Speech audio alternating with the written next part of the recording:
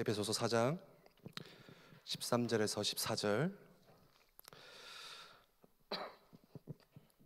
우리 두 절 말씀 함께 읽겠습니다. 우리가 다 하나님의 아들을 믿는 것과 아는 일에 하나가 되어 온전한 사람을 이루어 그리스도의 장성한 분량이 충만한 데까지 이르리니 이는 우리가 이제부터 어린아이가 되지 아니하여 사람의 속임수와 간사한 유혹에 빠져 온갖 교훈의 풍조에 밀려 요동하지 않게 하려 함이라. 아멘. 오늘 YBS를 통해서 같이 나누고자 하는 주제는요,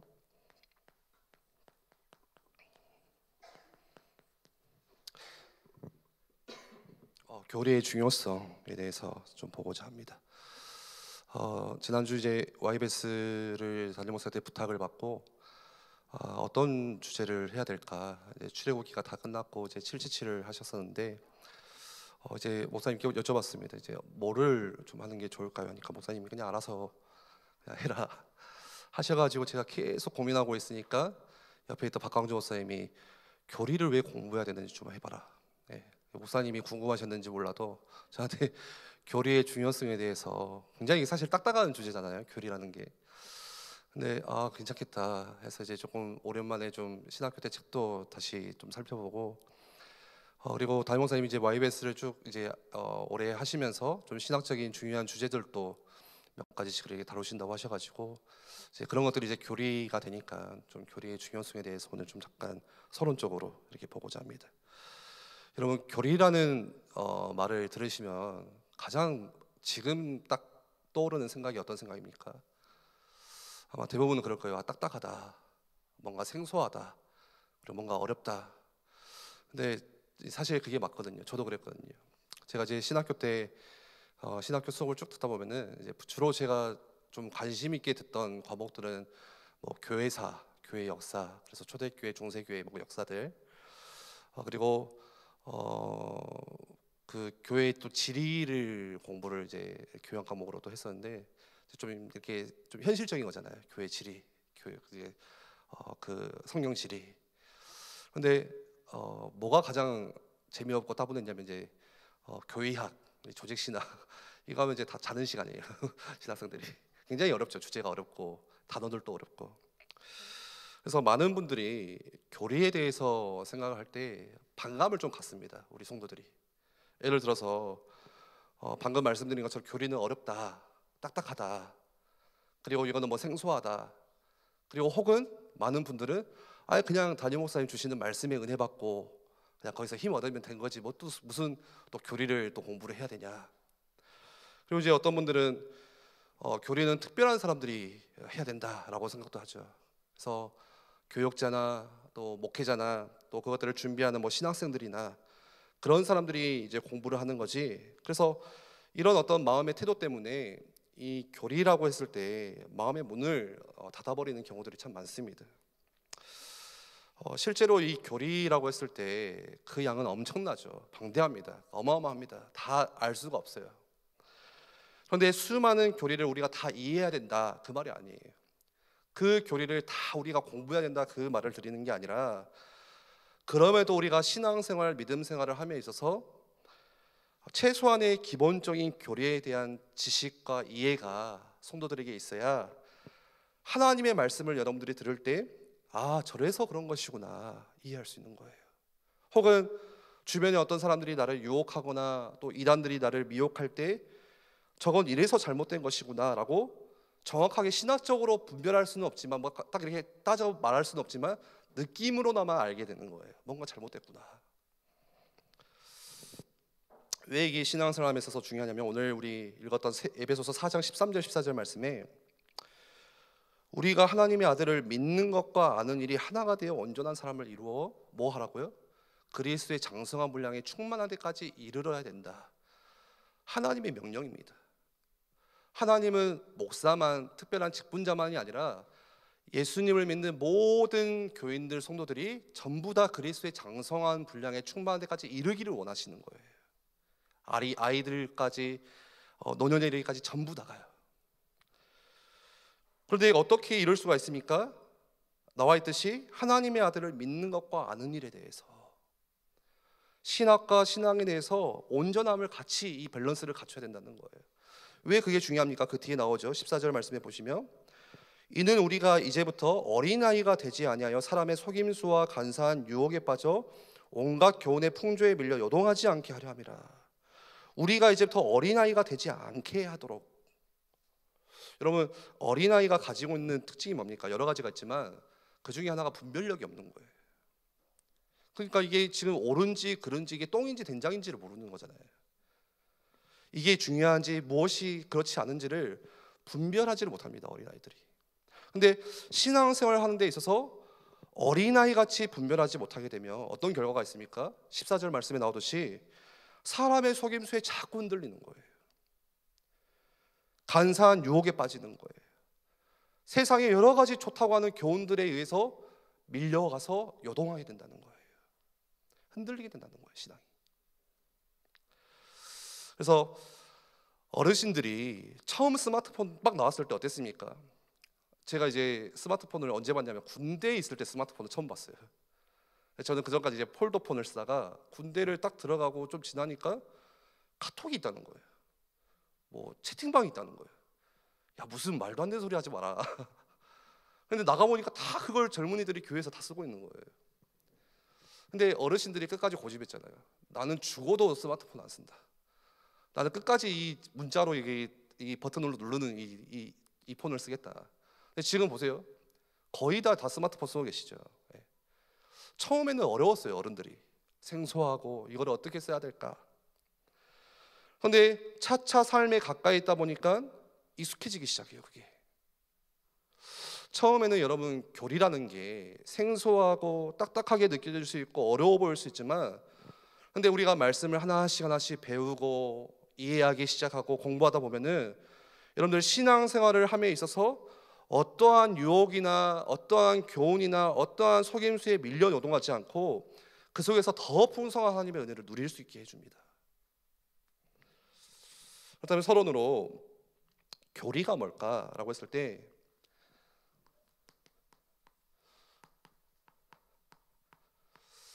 이 교리라는 것은 영어로 크리드라고 하죠. 그래서 혹시 주일 주보 가지고 계십니까? 거기 보시면 우리 이부 예배 순서에 사도신경이 들어가 있죠. 거기 아래 영어로 뭐라고 됐습니까?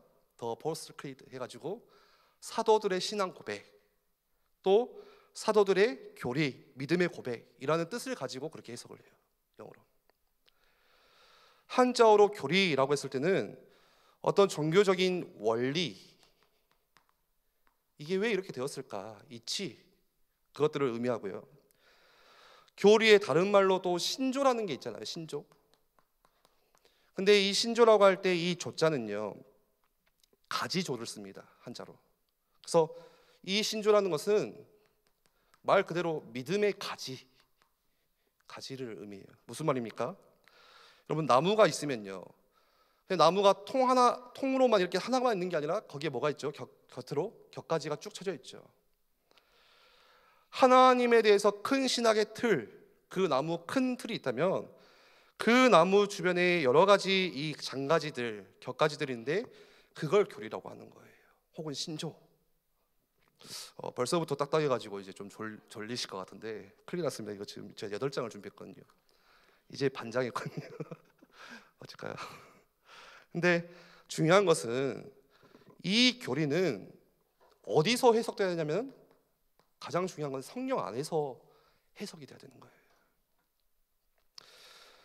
근데 요즘에 신학교의 젊은 교수들이 성경을 가지고 교리를 해석하기보다는 뭘 가지고 해석하는 사람들이 많냐면 철학을 가지고 하는 사람들이 많습니다.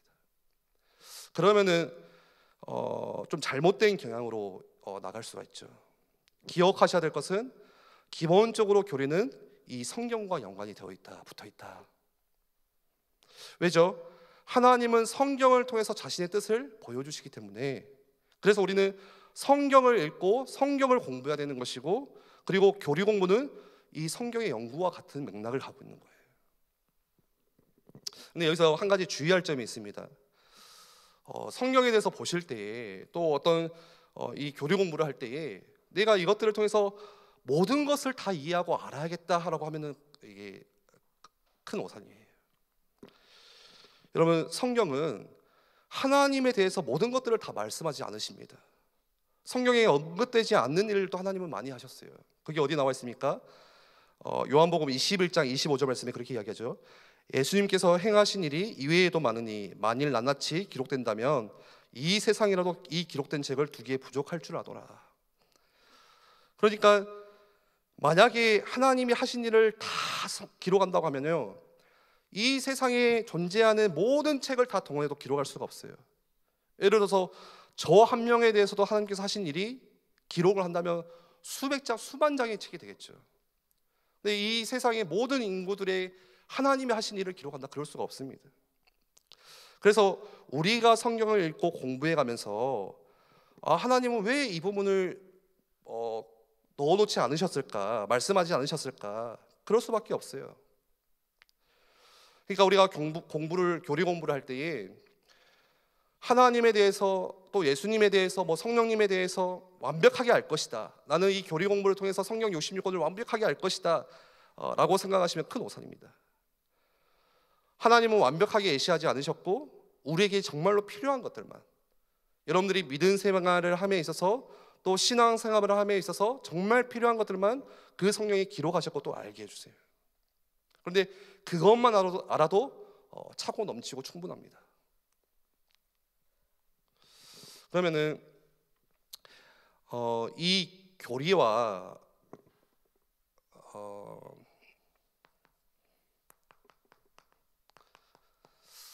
신학의 차이가 뭘까라고 했을 때 사실 교리나 신학은 크게 다르지가 않습니다.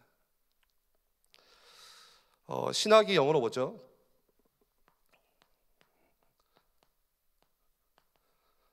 theology라고 하는데 이거는 어떤 합성어냐면요, 데오스하고 로고스의 합성어예요. 데오스는 하나님이란 뜻이고 로고스는 보통 이야기, 말, 이론, 원리를 의미합니다. 따라서 신학은 뭐냐? 하나님에 대한 원리들을 알아가는 거예요. 그래서 신학 공부는 다른 말로 하면은 우리가 목사가 되기 위한 공부라기보다는 하나님을 더 잘 알 수 있도록, 하나님의 뜻을 더 잘 분별할 수 있도록, 더 신앙생활을 하나님이 원하신 데서 잘 해낼 수 있도록, 그런 의미에서 신학은 목회자만 하는 게 아니라 사실은 다 해야 되는 거죠. 모든 성도들이. 마틴 로이드 존스 목사님이 그런 말씀하셨어요. 우리의 의무는 최고의 신학자가 되어서 하나님께 영광을 올려드리는 것이다. 여기서 우리의 의무는 이라고 했을 때는 목사와 장로만 이야기한 게 아니라 말 그대로 우리 모두가, 모든 평신도와 모든 믿는 교인들과 성도들이 더 하나님을 깊이 알아가는 최고의 신학자가 되어야 된다. 그래서 하나님에 대해서 더 많이 알아가고 우리가 신앙생활을 하면 할수록 그 하나님의 뜻에 대해서 더 깊이 깨닫게 되면은 우리는 그걸 통해서 하나님을 영광 돌릴 수 있다는 거예요. 그래서 모든 성도는 모든 최고의 신학자가 되어야 된다. 목사뿐만 아니라 모든 성도가 늘 하나님의 말씀을 통해서 하나님을 배워가고 또 그 하나님을 알아가야 되는 것이고, 그 하나님의 뜻을 분별해서 여러분들의 삶 가운데 살아내는 것, 그게 우리의 의무라는 것입니다.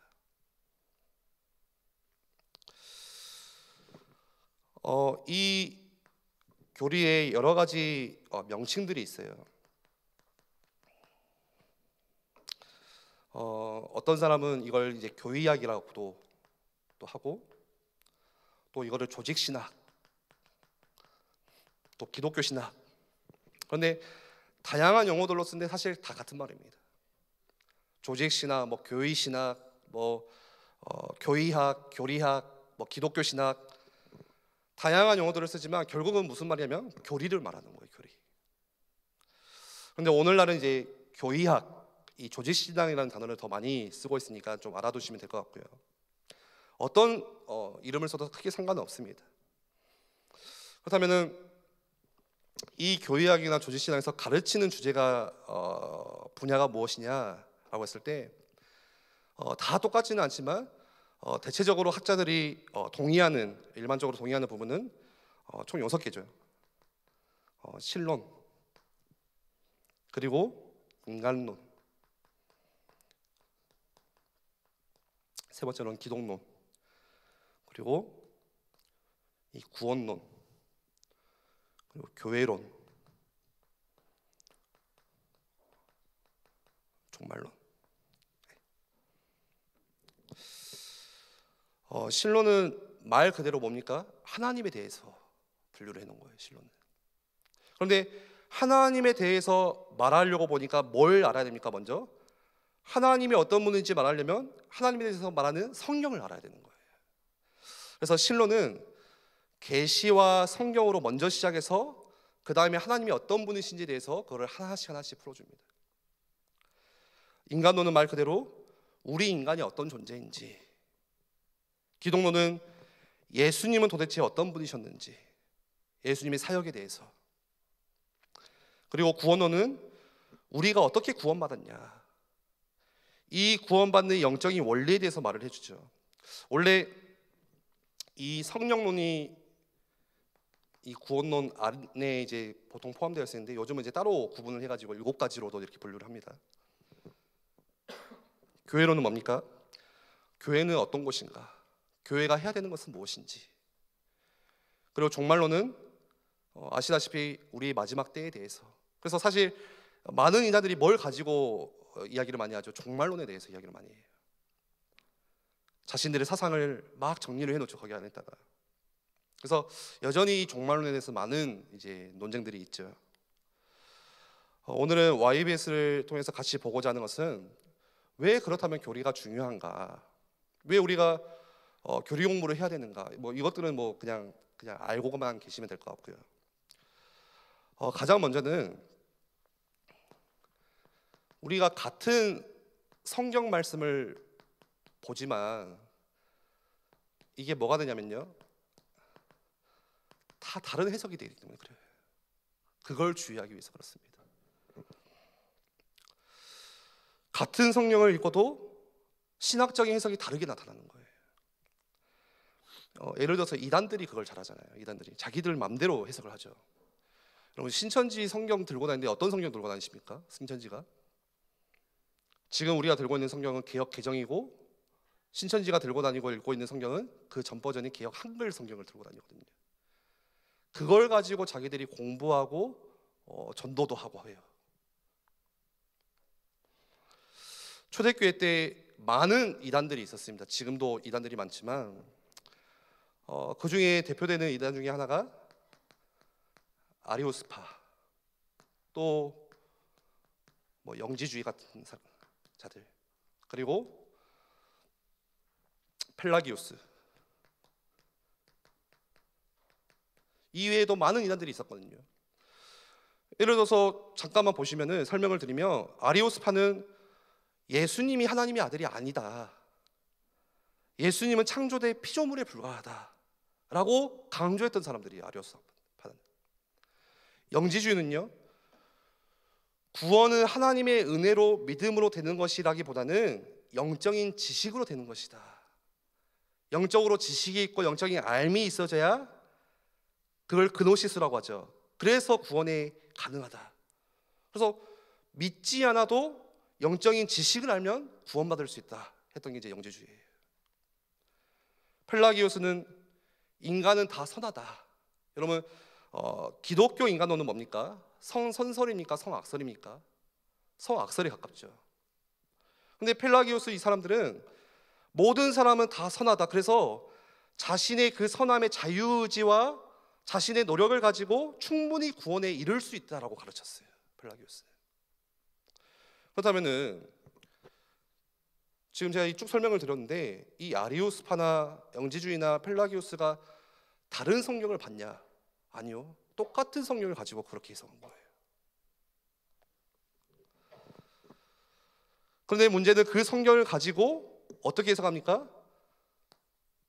자기 멋대로 자의적으로 그 성경을 해석하는 거예요.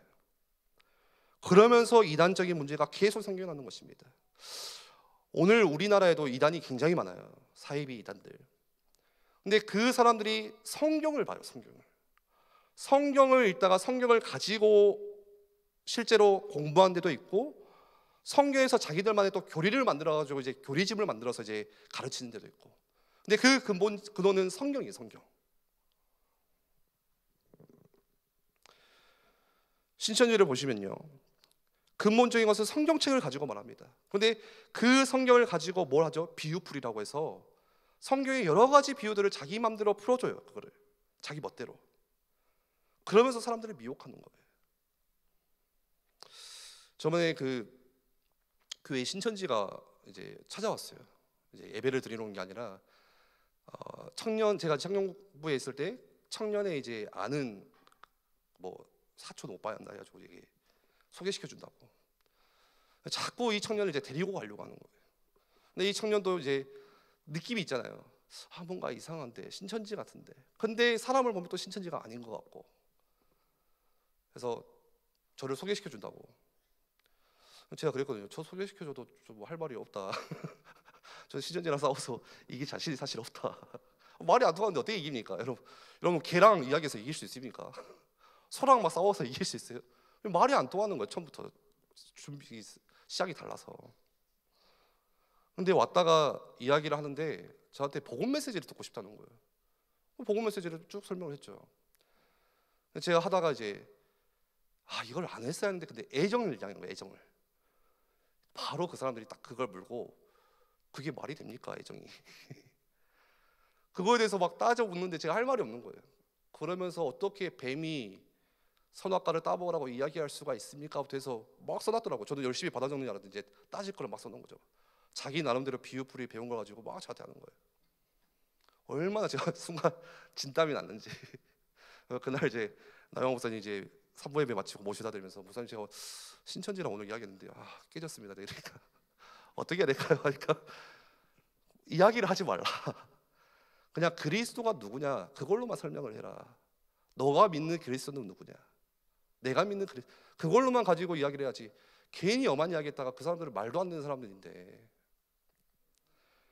자기 멋대로 해석을 하는 거예요. 그냥 비유를 통해서 사람들이 미혹하고. 그래서 교리가 중요하죠. 두 번째로 왜 교리가 중요합니까? 교회 안에서도 얼마든지 여러분 이 잘못된 해석이 너무나 또 난무합니다. 교리 공부를 하지 않고 내가 성경을 연구한다는 것은 굉장히 위험해요.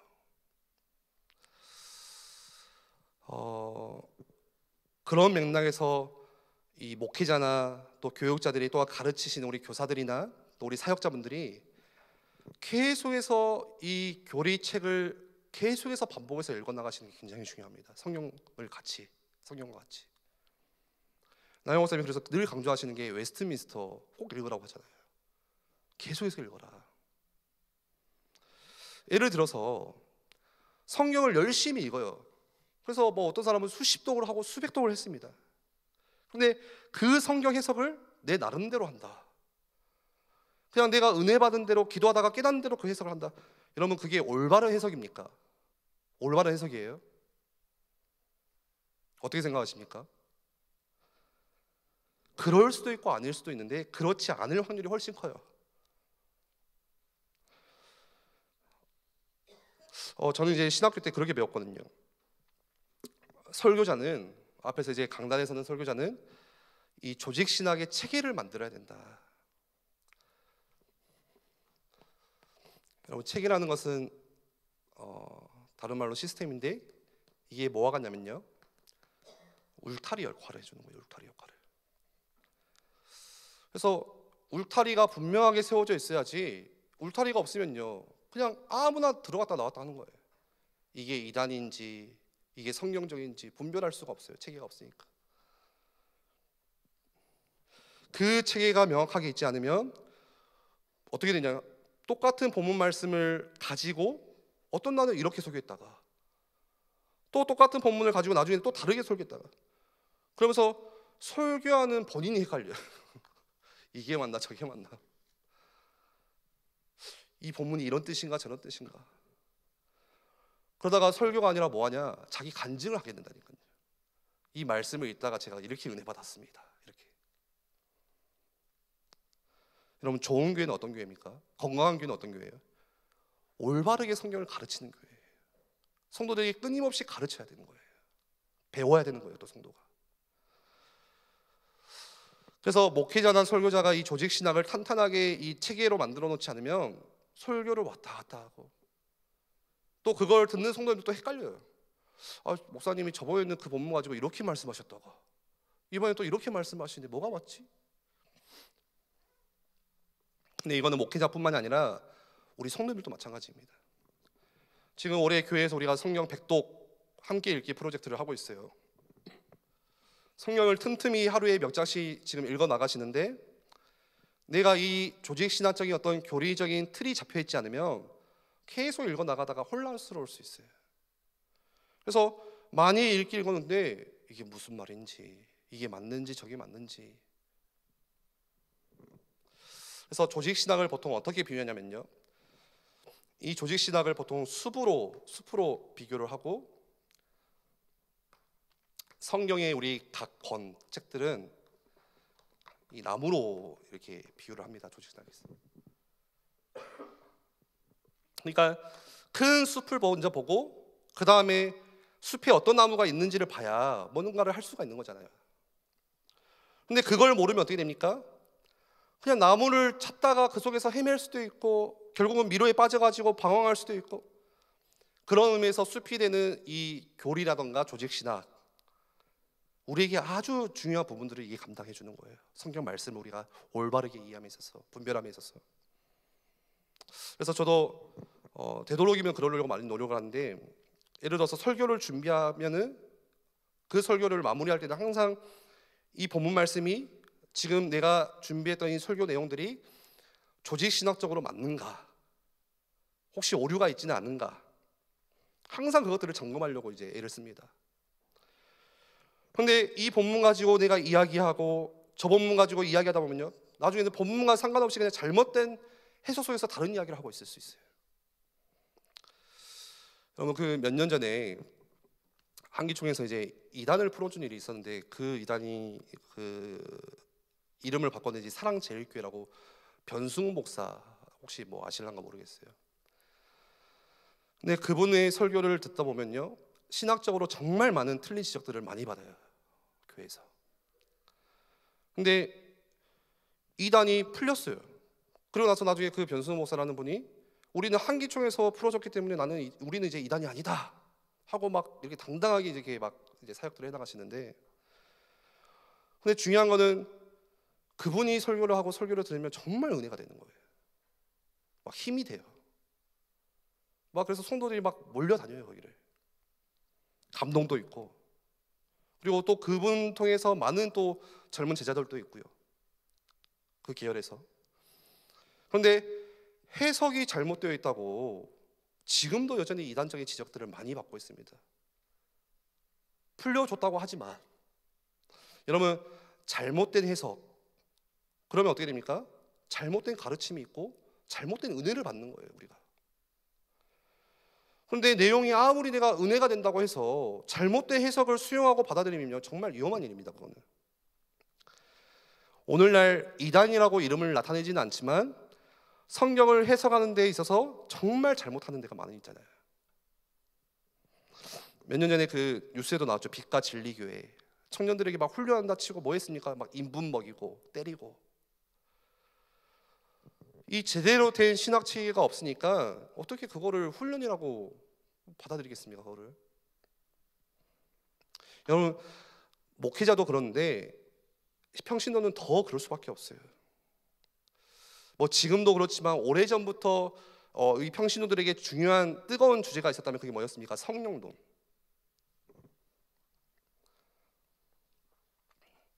그리고 아시듯이 뭐 귀신론, 뭐 은사, 기적, 치유.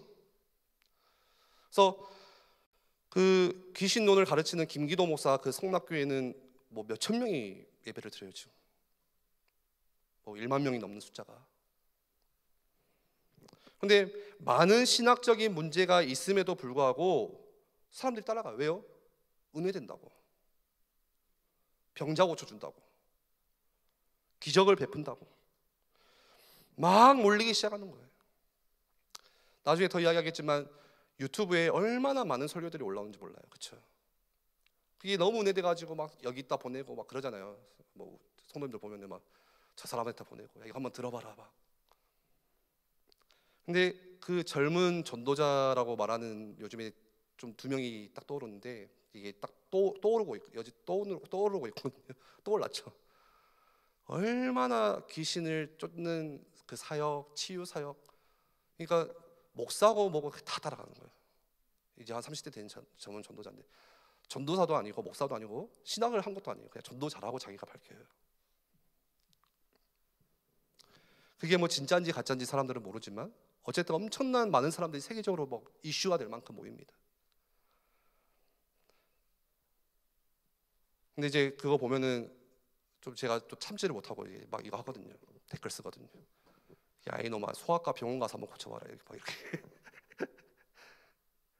그러면 거기에 믿는 이 추종자들이 얼마나 목사가 능력이 없다. 진짜 목사가 능력이 있으면 성령의 역사가 당연하지. 왜 사도행전 때만 성령의 역사가 있고 지금 없냐? 그게 이상한 거다. 막 그런 식으로 반박을 해요. 그러니까 하나님의 말씀보다 뭔가 이런 성령의 은사, 기적 이게 훨씬 더 앞서가 있는. 그러니까 신학적으로 점검하지 않고 그냥 은혜가 있다고 하니까 사람들이 몰려가고 따라가는 거예요. 사람들이 신학적인 분별력이 없으니까 교리적으로 이게 맞고 그런지를 판단할 능력이 없으니까 그냥 이게 옳은지 그른지도 모르고 그냥 미혹되어서 그냥 무조건 쫓아가는 거예요. 사람들이, 성도들이. 그런데 조직신학의 체계가 잡히면요, 이 울타리가 생기면 아 적어도 뭔가 이상하다라는 것을 이 조금이나마 느끼게 됩니다. 느낌으로나마. 그리고 모르겠으면 목사님께 가서 여쭙고 이게 신학적으로 맞습니까? 그런 분별 과정이 사실 필요한 거예요.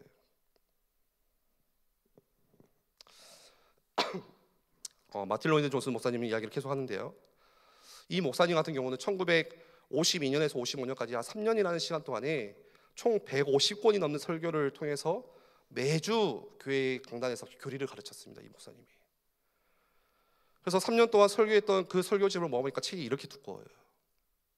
지금도 많은 신학생들이 읽고 가는 필독서로 이렇게 여겨지거든요. 그런데 그렇게 긴 시간임에도 불구하고 설교를 하셔도 우리 교회 같이 은혜되도록 막 3, 40분 하시는 게 아니라 막 최소 1시간씩 하세요. 그때. 그런데 많은 성도들이 그 교리를 배워서 바른 신학의 틀 안에서 뭐가 열렸냐? 말씀을 바로 볼 수 있는 눈들이 열렸어요. 그리고 그 교회는 하나님의 은혜 가운데서 그 당시에 아주 큰 부흥과 성장을 경험하고 또 놀라운 영적인 영향력을 그 말씀 안에서 이웃과 그 지역과 사회에 발휘할 수 있었는데 그게 어디서부터 시작된 겁니까?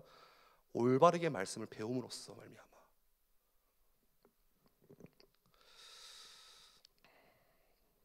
똑같은 성경을 보고도 뭔가 조직적으로 이게 신학적으로 체계가 안 잡혀 있으면 어떻게 봅니까? 성경을 보는데 지엽적으로 아주 뭐라 할까요? 이 축소해서 그 본문만 가지고 해석하기 때문에 사실 전체 틀 안에서 그걸 봐야 되는데 그것만 보고 말하면 안 될 수밖에 없죠. 그래서 교회는 수십 세기 동안은 계속해서 교리를 강조해 온 거예요. 오늘날까지. 여러분 드라마를 보는데요, 한 편 보고 그 결말을 말할 수 있습니까? 마치 그것과 같아요. 1편부터 끝편까지 보고 이 드라마가 어떤 내용이고 이걸 이해하고 이야기를 해줘야 되는데 그냥 한 편 보고 그냥 결말을 혼자 지어버리는 것 같아요. 여러분 교회에 있어서 이 교리가 왜 중요하게 다가왔냐면 그게 권위의 문제로 다뤄졌기 때문에 그렇습니다. 그러니까 무슨 말이냐면요, 기준이 어디 있냐 이거예요. 그 중에 하나가 개인의 체험이 먼저냐 성경의 근거가 먼저냐 뭐 그런 것들. 예를 들면요, 개인의 체험 있잖아요. 신앙적인 어떤 체험, 은혜 받았던 체험, 그리고 또 이런 것도 있어요. 아, 나 이런 음성 들었다. 하나님께서 이런 음성을 내게 들려주셨다. 뭐 내적인 음성들. 여러분 이것도 성령의 역사이기도 하지만 또 한편으로는 하나님의 말씀으로 점검하지 않으면 이 개인의 체험과 스스로 말하는 성령의 내적인 음성이 충분히 뭐 할 수 있어요? 왜곡될 수 있어요. 근데 그걸 강조해서 그걸 교회의 권위에 세우면 안 된다는 거예요. 내가 기도하다가 이게 깨달아졌다니까, 이게 성경의 말씀의 권위보다 앞서가니까 이제 문제가 됐던 거죠. 그래서 늘 기억하셔야 됩니다. 우리는요, 타락한 마음을 가진 피조물로서 한계를 늘 가지고 있어요. 그걸 기억하셔야 돼요. 그래서 개인의 체험이라는 게 얼마나 잘못될 수 있는지, 또 성령의 어떤 내적인 음성이라는 것이 얼마나 왜곡될 수 있는지를 우리가 기억해야 돼요. 거기에다가 플러스 뭐가 있냐? 사단의 역사가 또 있어요. 그래서 개인의 체험과 성령의 어떤 내적인 음성이다라고 해서 그거를 가지고 성경을 해석하면 안 됩니다. 제가 그 20살 때 재수학원을 다닐 때 이제 저랑 같이 공부했던 저보다 한 2살 형이 있었어요. 근데 그 형이 얼마나 이 뜨거운 이런 뭐랄까요? 모태 신앙이었는지 몰라요. 저를 맨날 뭐라 했어요. 야, 성현아, 너 그렇게 살면 안 된다. 너 주일날 교회 좀 가라. 교회를 안 가니까 이제 20살 때 교회를 안 갔잖아요. 아시죠? 너 교회 좀 가라. 야, 성현아, 너 예수 믿는다면서 그렇게 행동하면 안 된다. 제가 그 형만 보면 얼마나 부끄러웠는지. 그 형이 언젠가는 딱 저한테 와가지고, 항상 큐티를 하거든요. 아침에 와가지고 저한테 갑자기 막 자기가 받은 은혜를 막 간증하는 거예요. 야, 성현아, 있잖아, 이번 주에 우리 교회 권사님이 꿈을 꿨대. 뭔 꿈이요? 내가 33살 전에는 결혼하면 안 된대.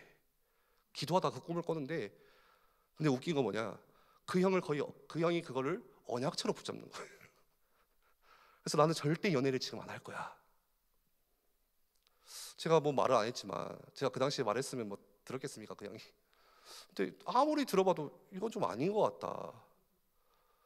성경에서 그렇게 이야기를 하셨냐? 성경 말씀이 그렇게 이야기를 하냐?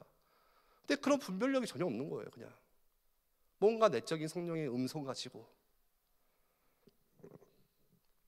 그래서 수세기 동안 이 권위의 원천에 대해서 다양한 주장을 해왔고, 그래서 만들어진 게 가장 먼저 뭐였습니까? 우리 예배 때마다 고백하는 이 사도들의 신경이라 해서 사도신경을 고백하잖아요. 이 사도신경 안에는 우리 예전에 목사님께서 강단에서 계속 몇 주를 통해서 말씀을 주셨죠. 이 사도신경 안에는 여러 가지 신학 주제를 다 담고 있는 이 요약본이에요. 쉽게 말하면 그걸 우리가 고백하는 거예요, 매주. 그런데 거기서 우리가 하나님과 예수님과 성령님과 교회와 부활 영생에 대해서 고백을 하는데 말 그대로 요약본이에요. 그런데 어떻게 그걸 가지고 성경 66권을 전부 다 우리가 해석을 하겠습니까? 그럼에도 최소한 적어도 이 사도신경 사도들의 고백을 통해서 이 세상이 어떻게 창조되었고, 우리가 어떠한 존재이고, 예수님께서 어떻게 오셨고, 우리가 어떻게 구원받아서 살 수 있는지에 대해서 기초적인 것들을 이렇게 이야기를 해줍니다. 그런데 이게 부족하니까 나중에 그 뒤에 역사적인 신앙 고백서들이 계속해서 나오는데, 그 중에 하나가 다 집에 있으시죠? 웨스트민스터 신앙 고백서. 어디 한 켠에 꽂아져 있을 겁니다. 영국 같은 경우는 39개조 신앙 고백서라고 따로 있었는데, 오늘날 장로계는 모두가 다 공통적으로 채택하고 있는 것이 바로 웨스트민스터 신앙 고백서. 그래서 인지 가시는 분들은 인지 갈 때 그 시험 볼 때 뭘 읽고 시험 봤죠? 웨스트민스터 신앙 고백서를 읽었잖아요. 열심히 줄도 끄시고.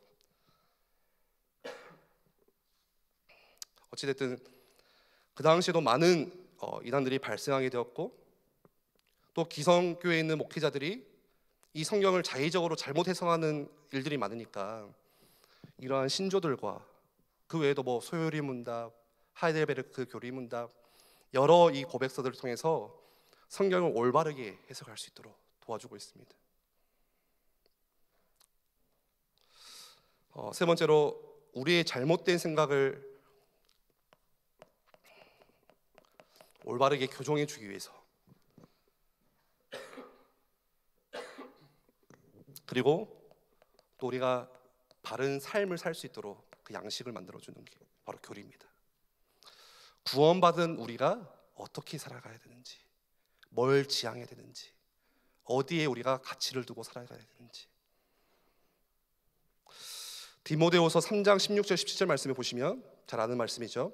모든 성경은 하나님의 감동으로 기록된 것으로 교훈과 책망과 바르게 함과 의로 교육하기에 유익하니. 하나님의 사람으로 온전하게 하며 모든 선한 일을 행할 능력을 갖추게 하려 함이라. 여러분, 성경이 모든 교리의 기초 자료가 되는 거예요.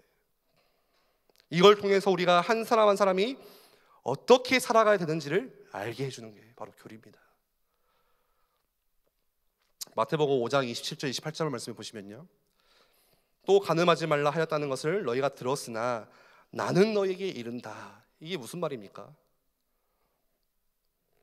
여러분, 당시의 바리새인들, 종교적인 지도자들이 뭘 만들었냐면요, 많은 규칙, 율법, 토라라고 하죠. 그걸 만들어서 가르치고 따르게 했어요. 그게 수백 개에 이릅니다. 그래서 그거를 지켜야 된다고 늘 가르쳤거든요. 근데 예수님께서 뭐라고 말씀하셨냐면, 너희는 이렇게 하라고 이야기하고 있지, 그런데 나는 너에게 이른다라고 하면서 그 당시에 사람들이 가르치고 배우고 익혀왔던 잘못되어 있는 신학적인 체계와 틀들을 하나씩 교정해 주시는데, 뭐를 통해서요? 말씀을 통해서. 지금도 동일합니다.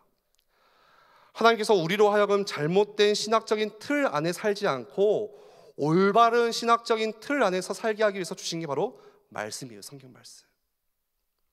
그리고 우리는 이 말씀을 통해서 그동안 우리가 생각해왔던 우리의 어떤 개념과 가치관과 우리의 중심들이 얼마나 잘못되었는지를 깨닫게 해주시고, 어떻게 해서 교정해서 바꿔주시고 올바른 길로, 올바른 삶의 방향으로 나아갈 수 있도록 우리를 가르쳐주는 게 말씀과 교리예요.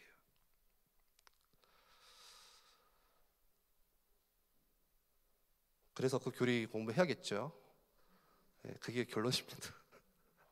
이렇게 했는데 어렵다 하면은 한 번 더 하겠습니다, 제가. 그래서 교리는요, 무엇을 믿고 무엇을 믿지 말아야 될지를 결정해주는 아주 중요한 기준이 됩니다. 그래서 교리를 통해서 신론, 인간론 이런 것들을 통해서 성경을 통해서 올바른 이 조직 체계가 딱 이 신학적으로 잡히면요, 이건 만약에 어떤 사람들이 이야기할 때 이거는 믿을 만한 것이구나. 그런데 반대로 이거는 믿으면 안 되는 것이구나. 이거는 좀 비슷한 것 같은데 조금 틀렸구나라는 것을 깨닫게 되는 거예요. 느낌으로만 알게 되는 거예요. 이런 분별력이 있어야 돼요, 오늘날 살면서 우리가. 정리를 하면요, 오늘날 유튜브가 정말 많이 활성화되어 있죠. 그래서 남녀노소 할 것 없이 유튜브를 다 봅니다. 지금은 분명히 유튜브를 통해서 유익한 점이 정말 많아요. 어떤 게 있습니까? 우리가 많은 정보를 유튜브를 통해서 습득할 수 있고, 저는 얼마 전에 그거 봤다니까요. 범고래가 물개를 잡는 거. 어떻게 침대에서 그 범고래가 물개를 잡는 것을 침대에서 볼 수 있겠습니까? 많은 것들을 볼 수 있고 정보를 얻을 수 있고, 또 우리가 만나지 못하는 어떤 유명한 사람들의 강연이나 설교를 다 들을 수가 있어요, 유튜브를 통해서. 지식이 어마어마하죠, 방대하죠. 근데 주의점이 있어요. 유튜브 안에서 난무하는 수많은 이론들을 보시면 사실 신학적인 체계가 잘못되어 있는 경우들이 정말 많이 있습니다. 그래서 우리는 유튜브를 스승으로 삼아서는 안 돼요. 바른 성경적인 가치관 안에서 지금 이 사람이 어떤 신학 공부를 했는가, 이 말을 하는 사람이 이 사람이 어디서 배워서 어떻게 이야기하는지를 알지 못하는 상태에서 그냥 그게 좋다고 은혜 받았다고 추정하면 안 됩니다. 그 사람이 왜 그런 말을 하는지, 그 사람 안에 들어간 뭔가가 있는데 그게 올바른 시스템인가, 올바른 조직 신학적인 이 말씀인가, 그걸 알아야 되잖아요. 그냥 단순히 듣기 좋다고 해서, 은혜 된다고 해서, 새롭다고 해서 막 무분별하게 받아들이고 따르다 보면요, 저도 막 새로운 걸 좋아하잖아요. 사람들은 와, 이 교회는 막 이걸 하네. 특히 우리 청년들 계시는데 막 청년국 보면서 막 와, 저기는 저 사역을 하면서 막 어마어마하네. 딱 가서 보니까 뭔가 끝이 이상해. 어디 교회라는 말씀을 못 드리겠는데 이상한 데가 많아요, 정말로. 뭣도 모르고 저는 계속 봤다니까요. 막 찬양하고 막 말씀 듣고. 잘못된 가르침을 받을 수밖에 없어요. 그러면 잘못된 가르침이 들어오면 인생이 잘못되게 가는 거예요. 나는 열심히 배워왔다, 열심히 믿어왔다는데 그 끝이 다른 거예요. 이단이 오니까 끝이 달라요, 이단.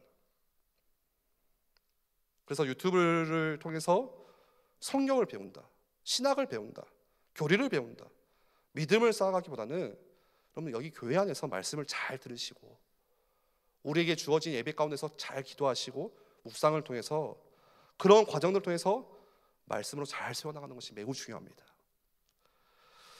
그래서 그냥 유튜브를 통해서 편안하게 배우려고 하기보다는 그러면은 절망을 우리가 잘못된 것을 배울 수 있는 가능성이 너무나도 많다는 것을 기억하시고요. 실제로 성경과 다른 이야기들이 너무 많아요. 유튜브 안에 그냥 막 하는 것 같은데 의도적으로 말하려는 사람들이 많아요. 정치적인 성향을 가지고 어떤 주체 사상을 가지고 그걸 뭔가 은혜하고 믹스해가지고 사람들을 현혹한다니까요. 코로나 팬데믹 때 그 신천지들이 유튜브를 통해서 자기들이 기독교 교회인 것 마냥 채널을 만들어가지고 활동을 많이 했거든요. 그 중에 대표적인 게 네이버 카페에 이단 엽착이라는 게 있어요. 가만 들어가서 보니까 이단들을 파악하고 공부하는 건지 알았는데 신천지가 지네들이 만든 카페예요. 그래서 이단들이 어떻다 하면서 자기들을 옹호하는 거. 여러분, 신천지뿐만 아니라 여러 다양한 오늘 우리 본문 말씀에 세상의 사람들의 말들, 교훈의 풍조들, 잘못된 신학적인 체계를 가지고 있는 사람들이 막 전파하는 거예요, 오늘날. 근데 우리가 그거 보면서 막 아멘 아멘 하다 보면 여러분의 신학과 신앙이 잘못될 수밖에 없고, 나는 열심히 했다 믿었다고 하는데 틀린 길을 갈 수밖에 없어요. 그래서 가능하면 교회에서 신앙생활 하시고 말씀을 통해서 신앙적인 기초를 쌓아가는 것이 매우 중요합니다. 특별히 YBS를 통해서 하는 성경 공부들, 또 한 달에 한 번이지만 오셔서 나영호 목사님 주시는 산부예배 말씀들, 여러분들 그것만으로 사실 충분하다고 저는 봅니다. 그리고 웨스트민스터 조금씩 읽어가시고. 마지막으로 교리 공부의 목적에 대해서 잠깐 말씀을 드리면요, 지적인 욕구를 위해서가 아니에요. 지식을 위해서 하다 보면요 어떻게 됩니까? 열심히 신학적인 체계를 다 세웠는데 그게 뭐가 되는 거예요? 이게 무서운 거죠. 교만함이 되는 거예요. 그래서 잠언서도 그렇고 전도서도 말하죠. 많은 지식이 사람을 교만하게 만든다.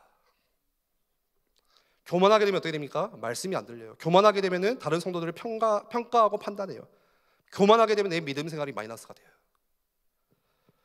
여러분, 교리를 공부하고 말씀을 공부하고 성경을 읽고 묵상하고 큐티를 하는 이유는 우리의 지식의 어떤 이 욕구의 충족이 아니라 내가 어떻게 하면 하나님에 대해서 더 알아갈 수 있을까?